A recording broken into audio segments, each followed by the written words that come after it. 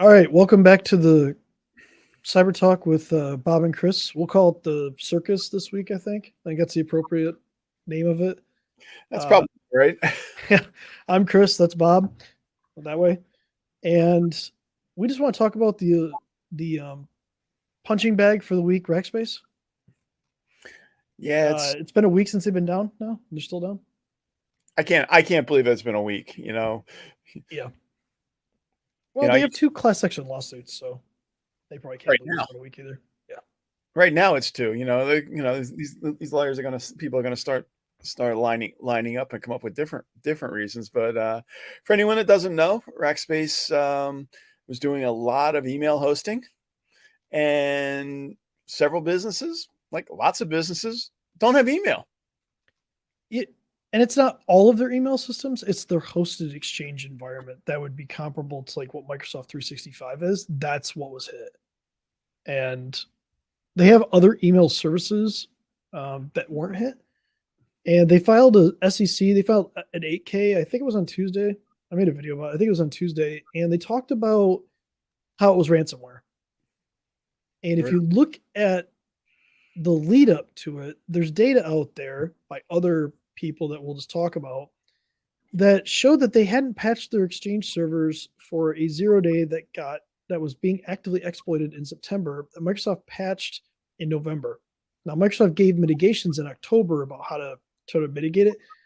To be fair, the mitigations didn't always work, so they couldn't mitigate all the risk. However, Rackspace also appears to run their hosted exchange behind F5 load balancers, Okay. and they actually would probably have a web application firewall, which did have mitigation techniques that could have been built into it and just apparently worked. So So this is another instance of people buying products, plugging them in, and not learning how to use them. yeah, and then not patching on top of that. So it's like, I look, all this stuff will come out in the lawsuits, and we're here. We're not here to speculate completely, but the evidence that we've seen leads us to believe that they could have avoided this, and they didn't because they were, I don't want to say too lazy to patch, but they didn't patch when the patch came out in November. They were hit December 2nd, so the patch had been almost a month at that point.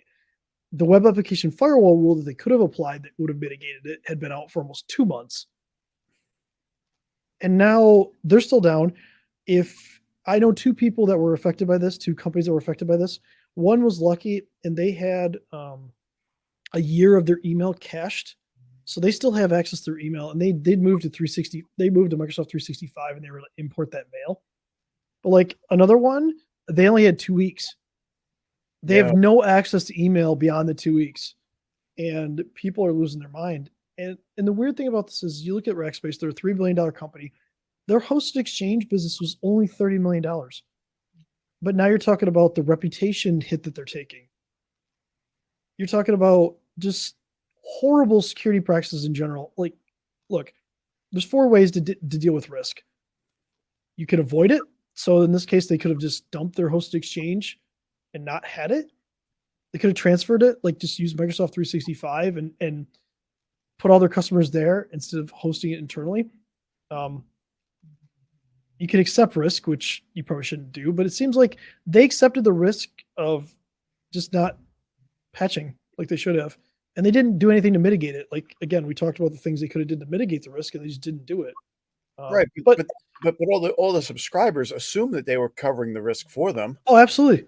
Well, and, we stopped a long time ago trying to host Exchange anywhere but Microsoft. The way I look at it is Microsoft wrote it.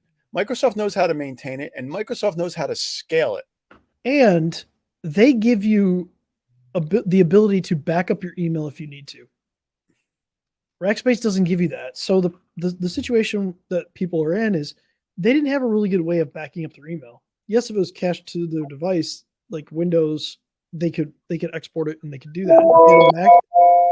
If you had a Mac, well, that was loud.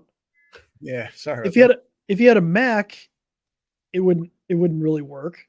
If you have a mobile device, it wouldn't really work. But if you had a PC, you're able to kind of recover whatever mail is cached. But like at the end of the day, when you're a customer and you trust a vendor, a third party vendor, and this goes beyond Rackspace, when you trust them to take care of things and they don't, this is the stuff that can happen. We've seen this with other third party vendors. There was one InSync that was a couple years ago. They were hosting accounting applications for businesses and accountants, and they got hit, and people didn't have access. I think it was almost a month they didn't have access to like their financial data. Um, it, it's a Imagine, danger with third parties. It really is, and it's something that I don't think people talk about enough. a lot of people get scared of the cloud, but we really need to make sure that everything is protected and that they test their recovery plans. And it's on us to make sure that like and I say us, I mean customers, I mean just companies in general, we need to be able to look at third parties that we use and ask them questions. They need to be assessed. There's a really big need, especially for small and medium businesses, to do assessments on these companies and ask them the hard questions, right? Now, are you gonna be able to do that to Microsoft? No. Are you gonna be able to do that to Google? Probably not. Or Amazon? No. But they have pretty good security practices. But they also have they're very clear about where the shared responsibility is. So like Yep. where you're responsible for certain things, like at Microsoft land, you're responsible to protect the login of your account. If you choose not to put multi-factor authentication on your account and it gets breached, that's not Microsoft's problem. That's your problem. Yeah, and the latest thing I just saw on that one is, yes, you're responsible for your account, and then you're also responsible for anything that's done with your account Yep. if it's been compromised. That including services that the account might get used to spin up and actually cost you a lot of money. Yeah. Well, and then also, what if your email sends out, I don't know, phishing email or something like that, and that it leads to somebody losing some sort of, having some sort of financial penalty, right? They could potentially sue you for that. I was Um, just I was just chasing one business email compromise that I know 4 people that got compromised because of this one email that came out. So, not having the right controls in comes back to yeah. individuals and So, having a process in place. And then, Chris, you talk about assessments. We're both we're both assessed individually by a third party security company just to make sure mhm. we're doing the right things. Yeah, and I think that's important. Like, I don't know if I don't talk about it enough. I don't think, especially when we're talking like prospects and things like that. But it's something that's important. Like, even though we're security focused, I still both Bob and I believe this. We still believe that we need to have somebody. I don't want to say do Overwatch of our network. Well, that was close. Yeah. um, Overwatch, but like just validate what we're doing is everything that we need to do. Because one of the things that I've noticed in business, and we tend to, I don't want to say, we focus so much on our customers that, especially IT providers, tend to have lackluster controls internally. And that's not everybody, but I've seen enough IT companies to understand and see enough ways even internal IT works that you need to have somebody help you look over things and remind you that you're not doing things properly. It's kind of like accounting, right? You can have a bookkeeper, you can have somebody doing your books and stuff like that, but you really want that CPA to oversee, things that are going on and make sure that you're doing everything right. Especially, It's not just the IT company. It's any company that's going mhm, on. There was always the analogy of a shoemaker's child having the worst shoes because he's spending all the time focusing on his clients, yep. and that's what everyone's doing. That's why we engage that third party to really assess us. I know one web developer that had a crappy website, and he actually outsourced his website to somebody else because he was spending all his time on client projects, which is kind of crazy, but it's the same analogy. It's also kind of amusing in the same Yeah. sense. But it's true. Like if you, because if you're working on your own website, you're not making money, right? You're not billing customers, you're not doing Mhm. everything, and that's kind of like the thing that gets lost in this. And look, we understand everybody's busy. Everybody, you have your own business, stuff like that. But when you're doing when you still need to make sure that you're looking at the risk of things that you're doing, especially in IT, and just make sure you're doing things right. So evaluating third parties is important, and I think that's the big deal. Is evaluate the third parties that you're dealing with. That includes companies like ours. You Sure. should be absolutely asking us questions and evaluating us because there's a lot of noise out there. There's a lot of muddied waters. You'll see proposals that promise things that just can't quite be delivered.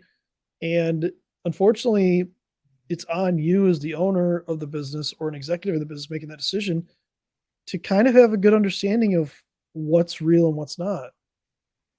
And it's tough. It's not easy, but if you have a legal question, do you just guess on stuff or you go find an expert? You go to Google, no? I use Chat GPT, but that's another story that we can talk about later. So I was on a training session this week about the new FTC guidelines, and Mhm. they actually talked about the FTC guidelines now have punitive damages for people that are non-compliant come July. Well, FTC you can have criminal charges, right? It's not just civil; it's criminal. Yeah. It's criminal. There's jail time involved, and it's going to go right back to the business owner if they're not doing the right stuff. So that's a great topic for another discussion. We're at Yeah, 11 it minutes is. now, Yeah. and Just just understand that we need to look at the risk of any company you conduct business with. You should look at the risk of that company and kind of do an evaluation process and ask questions. I think that's a big key. I think that's a big takeaway from Rackspace in general. Is just you're trusting so much with them that you need to make sure that they're the right vendor for you, and that goes for anybody, including us, including anybody. Just make sure you're doing your due diligence.